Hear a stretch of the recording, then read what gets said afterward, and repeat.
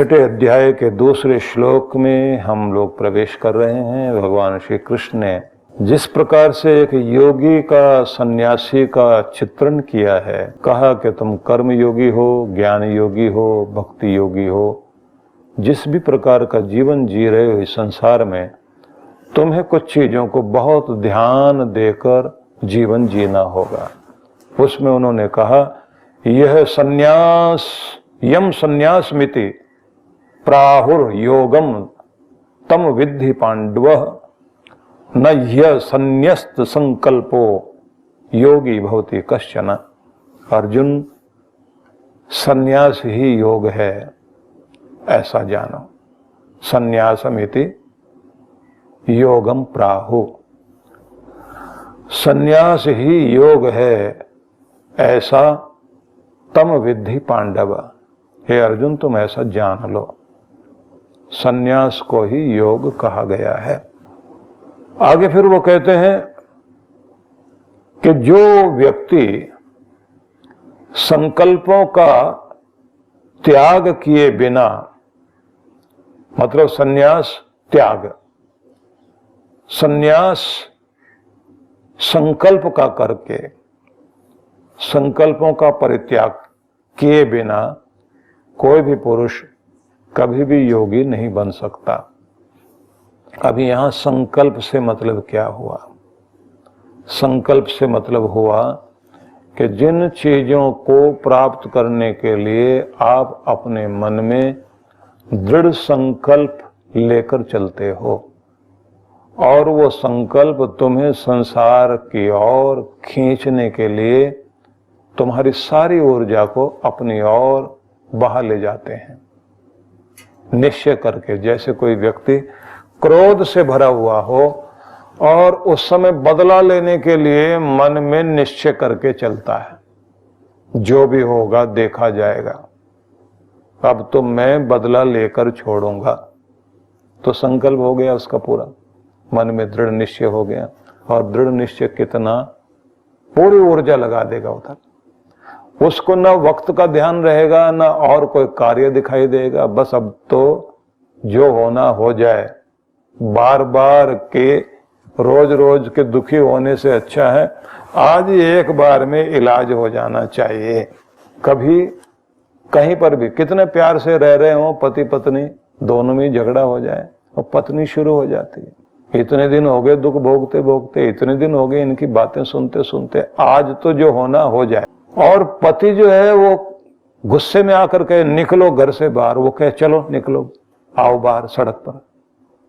अब दोनों पति पत्नी सड़क पर जाकर खड़े हो रहे हैं और पति कहते लोग देखेंगे, बोले देखने दो, अभी तक जो है सिर पर चुन्नी थी ना, तुमने जब मान नहीं रखा तो मैं क्यों रखूं, मेरी बेइज्जती नहीं, बेइज्जती तुम्हारी है। अब आप जरा सोचिए आदमी कहां से कहां पहुंच गया।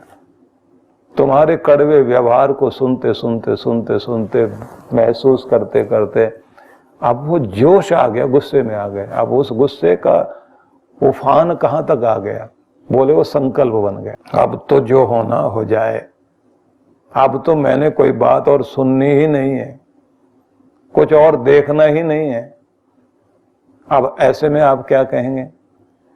बुद्धि भी उधर ही काम कर रही है, ऊर्जा भी वहीं पर काम कर रही है, मन भी वहीं काम कर रहा है, कुछ और सुनाई नहीं देता, दिखाई नहीं देता। और पति समझाए कि भगवान इस समय जो तुम बोल रही हो, अपने मायके का भी ध्यान कर लो, इधर का भी ध्यान कर लो, हम दोनों की तो लड़ाई रोज चलती है, लेकिन तुम जो करने जा रही हो वो तो ठीक नहीं है। अब अगर उसके समझ में आ गया, उसका संकल्प टूट गया, तो युद्ध बच जाएगा, महाभारत रुक जाएगा। नहीं तो बाहर वाले लोग जो खड़े हुए हैं उनके पास बहुत ईंधन है ऐसे काम के लिए, वो अपना अपना काम धंधा छोड़कर ऐसा परोपकार करने में लग जाएंगे कि आपकी लड़ाई सदा के लिए आगे बढ़ती चली जाए। और अगर घर से बाहर जाकर मायके में बैठ गए तो 5-10 दिन तक तो ठीक है, 15वां दिन शुरू हुआ तो कोर्ट कचहरी वाले भी बीच में आ जाएंगे, फिर कौन आपको मिलने देगा। तो ये सारा मैंने क्यों सुनाया आपको? इसलिए सुनाया कि संकल्प कोई शुभ कार्यों का नहीं होता। जो पंडित जी संकल्प कराते नहीं, यज्ञ कराते समय, या पूजन कराते समय हाथ में कुछ जो है फूल रखेंगे, चावल रखेंगे, थोड़ा पानी रखेंगे, द्रव्य दक्षिणा रखवाएंगे और उसके बाद कहेंगे आज की ये पुण्य तिथि, आज का ये पुण्य अवसर, इसमें आप ये नाम वाले व्यक्ति, इस गोत्र वाले, तो उसके साथ में उसको बुलवाते हैं, संकल्प करो मैं ये पवित्र कार्य करने जा रहा हूं। वहां यजमान भी ये समझता है संकल्प का मतलब ये पैसे छोड़ने हैं, और पंडित को भी लगता है कि संकल्प का मतलब ये है कि ये बंद के यहाँ बैठा रहे और जो ये दे रहा है तो वो मुझे लेना है और देवताओं के साथ इनको जोड़ना है। तो ज्यादातर लेना देना ही समझ में आता, संकल्प का मतलब है, यजमान को तो यही लगता है कुछ देना होता है उस समय, संकल्प का मतलब है। तो वो बेचारा दक्षिणा वगैरह ढूंढता जाएगा, ना भी खुले हो तो खुलवा के देगा, पैसे थोड़े थोड़े करके देने होते हैं। और पूजा कराने वाले का भी ध्यान रहता है, बड़ा ही नोट दे दे तो अच्छा, संकल्प कर ही रहा है तो दोनों तरफ से भावना अलग तरह की होती है। लेकिन जरा सोचिए कि संकल्प सिर्फ यही नहीं है, अच्छे काम के लिए संकल्प है, दृढ़ संकल्प लेकर जिन्होंने भी दुनिया में कुछ काम किए संकल्प लेकर के ही किए हैं। अगर संकल्प नहीं हुआ तो काम भी नहीं हुए। जिसका जितना बड़ा संकल्प होगा उतना ही दूर तक जाएगा। अब जरा गुस्से वाले का संकल्प देखिए ना, कितना कोर्ट कचहरी तक जाकर के जान छूटती है, इतना बड़ा संकल्प गुस्से का। वहां पर भी जब तक उसके बाल वाल ना बिक जाएं, उसके बर्तन ना बिक जाएं, तब तक वो भी रुकता नहीं। और दूसरे लोग भी लगे रहते हैं कि इस आदमी के घर में कुछ और बचा है तो 1-2 तारीख और ले ली जाए। जरा सोच के देखिए व्यक्ति कहां से चलता है और कहां पहुंचता है। तो कहते हैं कि जब कोई व्यक्ति संकल्प का त्याग करता है, संकल्प का त्याग का मतलब है कि संसार की वस्तुओं को पाने के लिए किया गया संकल्प उठता रहता है मन में किसी भी बात के लिए, कि ऐसा व्यक्ति जो इन सारे संकल्पों को शांत करे और जिसका ध्यान एक ही हो कि मेरा संसार से नहीं संसार के स्वामी से संबंध है, अपने आप को वहां जोड़े रखे। तो जिसने योग करना सीख लिया, क्योंकि भगवान श्री कृष्ण कह रहे हैं संन्यासम इति प्राहो, संन्यास इसी को कहते हैं योगम तम विद्धि पांडव, जिसे तुम योग कहते हो ना वही संन्यास है। योग मतलब जुड़ जाना भगवान से। तो इसको बुल्ले शाह ने एक बड़े अलग ढंग से कहा। अब सामान्य भाषा बोलता हूं। पूछा कि भगवान को पाना बड़ा कठिन है, तो बोले रबदा की पावना, भगवान को क्या पाना, क्या मतलब मुश्किल है। बोले रबदा की पावना, ऐथो पुटना ओथे लावना, यहां से पौधे को उखाड़ो और उधर लगाओ। कि जैसे तुम एक पौधे को उखाड़कर एक स्थान से दूसरी जगह लगा देते हो, तुम्हारा मन जो संसार में रमा हुआ था इस पौधे को उस आंगन से उखाड़कर भगवान के आंगन में जोड़ना, वहां लगाना सीख जाओ। बस यही इतना काम करना आ जाए तो भगवान मिलता है। तो कृष्ण भगवान ये कहते हैं कि जिनका मन संसार में रमा हुआ है उन्हें वहां से हटा करके परमात्मा के दरबार में लगाना आ जाए, इसी का नाम योग है और यही संन्यास है। सार में तो बात इतनी है। इसलिए कहा गया कि जिसे तुम संन्यास कहते हो अर्जुन, उसे ही तुम योग समझो, पर ब्रह्म से युक्त होना जानो, क्योंकि इंद्रिय तृप्ति के लिए त्यागने वाली इच्छा को त्याग किए बिना कोई भी व्यक्ति योगी नहीं हो सकता। शब्द देखिए, इंद्रिय तृप्ति के लिए उगने वाली इच्छा को, संकल्प को त्याग किए बिना कोई व्यक्ति योगी नहीं हो सकता। जब तुम इंद्रिय तृप्ति के लिए मन में उठे हुए संकल्प को त्यागना सीख जाते हो, यहीं से तुम्हारा योग शुरू होता है। इसलिए इसी का नाम संन्यास है और यही योग है। भगवान से जुड़ने की प्रक्रिया को ही संन्यास उन्होंने कहा। एक जगह से त्याग और दूसरी जगह से जुड़ जाना, मतलब दुनिया से छूट जाओ लेकिन परमात्मा से जुड़े रहो। तो एक को जान लो, एक को पहचान लो, एक को ही मान लो, एक के ही हो जाओ, एक से ही मिल जाओ, एक के होकर अनेक का भला करने के लिए तैयारी करते चले जाओ।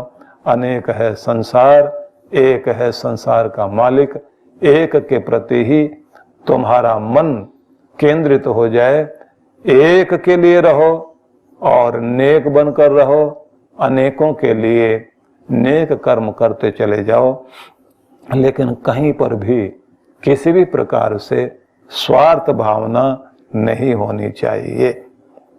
इसलिए नेक बनकर अनेक की सेवा करने के लिए तुम्हें अवसर दिया गया है, लेकिन एक को ही पहचानो, एक को ही मानो, एक को ही जानो और एक के ही हो जाओ। तो ये एकमात्र परमात्मा के प्रति समर्पित हो जाना, इसी को कहा गया निष्ठा, भगवान के प्रति वफादारी, और इसमें आपकी प्राण शक्ति लग जाए। इसे दूसरे ढंग से भी कहा गया है कि एक नाम है परमात्मा का। और ये जो अष्टधा प्रकृति है, जिसको आप 8वें अध्याय में जाकर के सुनेंगे, वो जो बताया गया है कि ये 8 तरह की, 9 तरह की, अनेक तरह की प्रकृति के जो अनेक अनेक रूप हैं, तुम्हारी जिंदगी में कितनी भी चीजें इकट्ठी हो जाएं, तो इन सबको तुम क्या कहोगे? बोले ये सब जीरो है। तो स्वामी रामतीर्थ ने जैसे बोला कि इस पूरी दुनिया में एक की ही आवाज आ रही है, तो उनकी घड़ी में एक ही बजता था, भले 5 बजे हो या 6 बजे हो या 12 बजे हुए हो।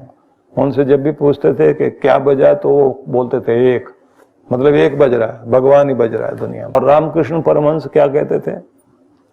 किसी ने पूछा कि महाराज, इस दुनिया में किसी व्यक्ति के पास खूब धन हो जाए तो धनी होना कितना बड़ा गुण है, उसे आप क्या कहोगे? बोले जीरो।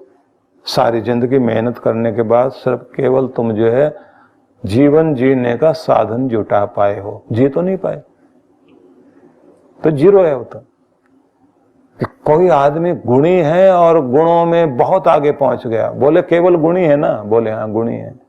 बोले गुण तक पहुंचा, उस गुण को निर्गुण से जोड़ा या नहीं? वो भी जीरो। अब विद्वान है तो कब विद्वान है, विद्वान होकर के तत्व ज्ञानी हो जाए तो बात है, नहीं तो विद्वान होना भी जीरो। बोले अगर कोई बलवान हो तो बलवान होना भी तो कितना बड़ा गुण है।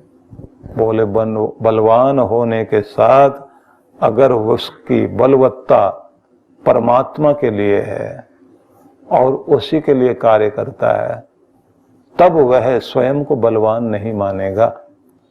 वह परमात्मा के लिए जिएगा तो कभी नहीं कहेगा मैं बलवान। तो बलवान होना भी मेरे अनुसार तो जीरो। तो गुणवान होना, धनवान होना, विद्वान होना, बलवान होना मतलब शक्तिवान होना, संगठनवान होना, तो बोले बड़ा बड़ा संगठन हो जाए, उतना उतना उलझता चला जाए, वो भी जीरो। तो सारी चीजें बोलते चले गए। बोले अच्छा कोई सत्तावान हो तो? बोले सत्ता भी मेरी दृष्टि से तो जीरो है।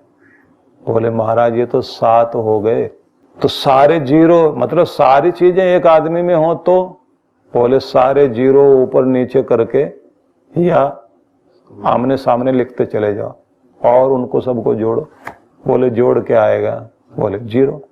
इतना सारा करने के बाद भी जीरो। बोले जीरो। कि फिर ये व्यक्ति का कल्याण कैसे करता है? बोले इसके पहले एक लगाओ। एक क्या है? बोले भगवान का नाम। भगवान का नाम एक जो है वो एक संख्या लिखकर उसके आगे ये 7 जीरो लगा दीजिए तो 1 करोड़ हो जाएगा। मतलब करोड़ों की शक्ति तुम्हारी हो जाएगी अगर तुम्हारे सारे जीरो से पहले एक जुड़ा हुआ। वो एक कौन है? भगवान। अगर तुम्हारी विद्या परमात्मा के लिए है तो उस विद्या का लाभ है। नहीं तो तुम्हारी विद्या भी विद्या विवादाय धनम मदाय शक्ति परेशान पर पीड़नाय। विद्या किसके लिए है? विवाद करने के लिए। लोग जो है ज्यादा पढ़े लिखे हैं, ज्यादा विवाद करते बैठेंगे। विद्या विवाद के लिए हो, धन मद के लिए हो, शक्ति परेशान पर पीड़नाय। शक्ति जो है दूसरों को दुख देने में। ये सारी चीजें जो भी व्यक्ति के लिए गुण मानी जाती हैं, अगर वो दूसरों को दुख पहुंचाने में लग गई तो फिर कहा जाता है जिंदगी मनुष्य की प्राप्त करके भी आपने जीरो वाला काम कर लिया। लेकिन अगर इन सब से पहले भगवान का एक नाम जुड़ जाता है तो ये सारे जीरो आगे लग जाएं, ये सारे गुण आगे लग जाएं, तो जैसे 1 के आगे 7 जीरो लिखे हुए हैं तो वो 1 करोड़ हो जाता है। ऐसे तुम्हारे करोड़ों में एक जैसे तुम हो जाओगे, या तुम्हारी जिंदगी की कीमत करोड़ वाली कीमत हो जाएगी। इसलिए अपने नाम के साथ 1 को जोड़ लेना बहुत आवश्यक है। कृष्ण भगवान इसे कह रहे हैं सन्यास मतलब योगी। योगी मतलब वो जो कनेक्ट है। योगी मतलब वह व्यक्ति जिसको संसार की इंद्रिय तृप्ति के लिए मन में उठने वाले संकल्प जिसके शांत रहते हैं और जिसका एक ही संकल्प होता है प्रभु की प्राप्ति, प्रभु से जुड़े रहना। फिर एक बात और ध्यान रख लीजिए, व्यक्ति खाएगा पिएगा स्वाद लेगा दुनिया में जाएगा कर्म करेगा, ऐसा तो नहीं है कि कोई आदमी बिल्कुल भी ध्यान हटा करके भोजन करे। भोजन का स्वाद भी लेगा, सुंदर दृश्य भी देखेगा, अच्छे बुरे लोगों के बीच में भी चलेगा, लेकिन ये सारा सब कुछ करते हुए सबके बीच रहते हुए बस लिप्त नहीं होगा और उसकी पूरी कोशिश होगी प्रभु से जुड़ा रहे। एक बात और जरा समझ लीजिए, ज्यादा आवश्यक है। ऐसा बिल्कुल हमारे यहाँ नहीं कहा गया कि सारा दिन बैठ के धुनी रमाए रखे आदमी, त्रिशूल गाड़ लिया है, वहीं चिमटा विमटा रखा, ढोलक बज रही है, सारा दिन कीर्तन ही चले, रात में भी न सोए न सोने दे, तो ऐसा बिल्कुल नहीं कहा गया। हमारे यहाँ ये कहा गया है कि ब्रह्म वेला में अपने प्रभु का ध्यान और सांध्य वेला का भी संध्या वंदन भी करना है। कुछ लोग त्रिकाल संध्या करते हैं, दोपहर की भी संध्या करते हैं, नहीं तो 2 समय की संध्या तो है ही है। संध्या में जब संधि हो रही है, एक जा रहा है दूसरा आ रहा है, वो संधि वेला। अंधेरा जा रहा है, रात्रि जा रही है और प्रभात का आगमन हो रहा है, या शाम का समय होता है जब दिन जा रहा है और रात्रि आ रही है, संधि काल। वो एक ऐसा समय है कि जिस समय आप लोग देखते हैं कि पूरी सृष्टि एक नया रूप धारण कर रही होती है। पंछियों के आप स्वरों को सुनिए, उस समय आसमान में आती हुई लालिमा को देखिए आप, किस तरह से एक क्रांति उस समय घट रही होती है। कलियां खिलने को तत्पर हो रही हैं, हवाएं मंद मंद करके बह रही हैं, पक्षी उस समय जो है अपने घोंसलों से बाहर निकलकर अपने पंखों को तोलते हुए चहचहाते हुए आकाश में उड़ान भरने लगते हैं। मछलियां पानी के अंदर तैर रही हैं और कमल विकसित होने लगे हैं और ओस की बूंदों से घास भीगी पड़ी है। प्रभात की वह संधि वेला या शाम का वह समय जब दिशाएं लाल हो रही हैं और शांत होने का समय है। शांति से जागृति की ओर प्रभात में, और शाम में जागृत अवस्था से शांति की और सुषुप्ति की अवस्था में पहुंचने का नाम। दोनों समय में भगवान की वंदना, भगवान से जुड़ना। जिंदगी जहां से शुरू होती है हर दिन की, कहा जाता वहां भगवान से जुड़ जाओ, और सारे दिन के कर्म जहां आप पूर्णाहुति करके और देख रहे हैं कि प्रकृति शांत होने जा रही है, तो आप भी स्वयं को शांत करें, भगवान से जुड़ जाएं। लेकिन साथ में कहा गया तुम्हारा प्रत्येक कर्म भी भगवान की तरफ ले जाने वाला होना चाहिए, भगवान से दूर ना करें। सारा दिन बैठकर आप घंटे घड़ियाल बजाएं, ऐसा बिल्कुल नहीं कहा गया। हाँ, भोजन भी तुम्हारा अमृत प्रसाद बन जाए। इसलिए ध्यान की क्रियाओं में ये सब सिखाया जाता है।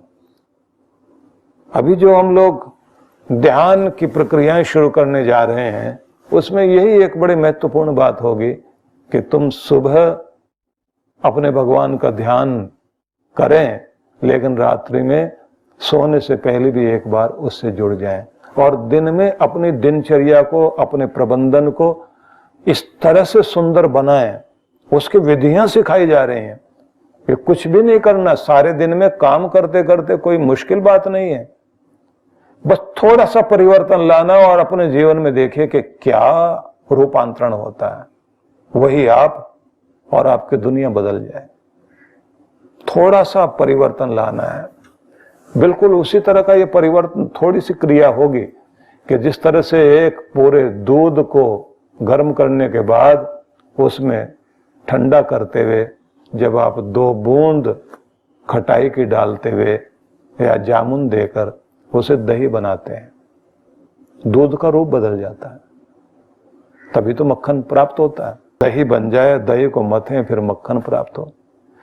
कि बस इसी तरह से आपको हर दिन अपने कर्म करते चले जाना है कि तुम्हारे कर्म से तुम्हें वो मक्खन प्राप्त हो जाए, परमात्मा का नवनीत प्राप्त हो जाए।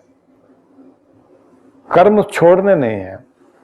अपने बिजनेस में बैठोगे, जैसे कृष्ण भगवान कह रहे हैं, युद्ध में चलते हुए व्यक्ति को कह रहे हैं कि भगवान से कैसे जुड़ा जा सकता है, खुद से कैसे जुड़ा जा सकता है, और तुम अपने कर्म को यज्ञ कैसे बना सकते हो। तुम्हारा ये युद्ध भी धर्म युद्ध कैसे हो सकता है। किसी डॉक्टर के द्वारा हाथ में लिया हुआ हथियार और उससे वो शरीर को, अंगों को काटता हुआ, वह उसका काटना भी यज्ञ बन जाए, आसान बात नहीं है। लेकिन जब वो ढंग से ऑपरेशन करके बीमारी को काट कर निकाल कर, गले हुए अंग को बाहर निकाल कर व्यक्ति को स्वस्थ करता है, उसका काटना भी कितना उपयुक्त हो जाता है, जीवनदायी हो जाता है। इसलिए तुम्हारा कर्म जो है वो दुनिया के कल्याण के लिए तो हो ही, लेकिन दुख दूर करने वाला हो। कामे दुख तप्तानाम प्राणी नाम आरती नाशनम। सभी प्राणी मात्र के दुखों का अंत हो सके, बस यही एक कामना, नहीं तो कोई कामना नहीं। न तो हम कामये राज्यम न स्वर्गम न पुनर्भवम। न स्वर्ग चाहिए, न राज्य चाहिए, न कोई और सुख विशेष की कामना है। बस कामना है तो एक ही, कामे दुख तप्तानाम प्राणी नाम आरती नाशनम। सभी प्राणियों को जो दुखी हैं उनके दर्द का निवारण किया जा सके, यही कामना। यही कामना सर्वे भवन्तु सुखिनः या भद्रम कर्णेभिः शृणुयाम देवाः। चारों तरफ से भली आवाजें सुनाई देने लग जाएं, चारों ओर से भलाई ही दिखाई देने शुरू हो जाए, सब और शुभ शुभ, सब और शुभ मंगल ही दिखाई दे। ऐसी स्थिति लाने के लिए किया गया कार्य, इसी को कहा गया है, यही कर्म योग है, योगियों का यही कर्तव्य है। और जो लोग इस कार्य में लगे, खुद को भी आनंद से युक्त पाया और दुनिया को भी आनंद दे गए। मजे की बात तो ये, ऐसे लोगों को आप उनके जीवनों को देखिए, थोड़ी सी जिंदगी जी, लेकिन इतनी बड़ी जिंदगी जी गए। 300 साल जीकर भी कोई आदमी इतनी उपलब्धि प्राप्त नहीं कर सकता था। स्वामी विवेकानंद छोटी सी आयु में दुनिया से चले गए, लेकिन थोड़े से आयु में जो कुछ उन्होंने कर दिया वो साधारण नहीं था। शहीद भगत सिंह के बारे में आप सुनते हैं, कितनी छोटी आयु थी। सुभाष चंद्र बोस जैसा जीवन जी करके गए। नेता शब्द जहां सुशोभित होता है, वो सुभाष चंद्र बोस के नाम के आगे ही वो शब्द नेताजी जब कहते हैं, सुभाष चंद्र बोस याद आता है। कोई भी व्यक्ति जब एक गुण गरिमा के साथ जीवन जीता है, बहुत बोलने वाले लोग हैं दुनिया में, सरदार पटेल बहुत नहीं बोले, बहुत थोड़ा बोलते रहे। सुभाष चंद्र बोस के भी ज्यादा लंबे भाषण नहीं है, थोड़ा बोले लेकिन इतना महत्वपूर्ण था। सरदार पटेल जब बोलते थे हिंदुस्तान आजाद हो गया और वो भारत देश के गृह मंत्री थे, उनके बोले हुए भाषणों को 5-7 मिनट 15 मिनट का ज्यादा से ज्यादा भाषण बराबर देश वाला, वहां के सारे मंत्री संतरी वो डिक्शनरी खोल के बैठते थे कि इस शब्द का और क्या अर्थ हो सकता है, पटेल साहब ने क्या बोला होगा, इसका और क्या मीनिंग हो सकता है। इतना बोलना महत्वपूर्ण हो जाए। और जिसका कर्म एक एक्शन से जैसे भारत के खंडित भाग को अखंड बना गया एक व्यक्ति, जिंदगी जीना तो ये होता है। इसलिए मैं एक बात आपसे कहना चाहता हूं कि जिन लोगों के संकल्प परमात्मा की प्राप्ति के लिए हैं और जिनके संकल्प दुखों का निवारण करने के लिए हैं, सच में वो लोग कर्मयोगी लोग हैं। उन लोगों ने जो जीवन जिया उससे प्रेरणा हमेशा मिलती रही और हमेशा मिलती रहेगी। साधारण लोग तो केवल अपना पेट भरने में ही पूरी जिंदगी और अपने बच्चों का पेट भरने में अपना जीवन व्यतीत कर देते हैं। एक छोटी सी चार दीवारी में गोल गोल घूमते घूमते जीवन पूरा हो जाता है। और महान व्यक्ति वो होता है कि इतना बड़ा कार्य करता है, उनके अंदर वो सामर्थ्य आता कहां से? आप बड़ा संकल्प लेकर तो चलिए, भगवान पूरा करने के लिए आपके साथ खड़े होते हैं, शक्ति देते हैं। वो उद्देश्य ऊंचा होना चाहिए। जुड़ जाइए भगवान से और फिर उसके बाद महान कार्यों को करने के लिए तत्पर होइए।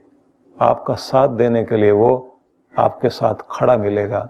इसलिए हर दिन अपने आप को ऊंचा उठाने की कोशिश कीजिए, नीचे मत आने दीजिए।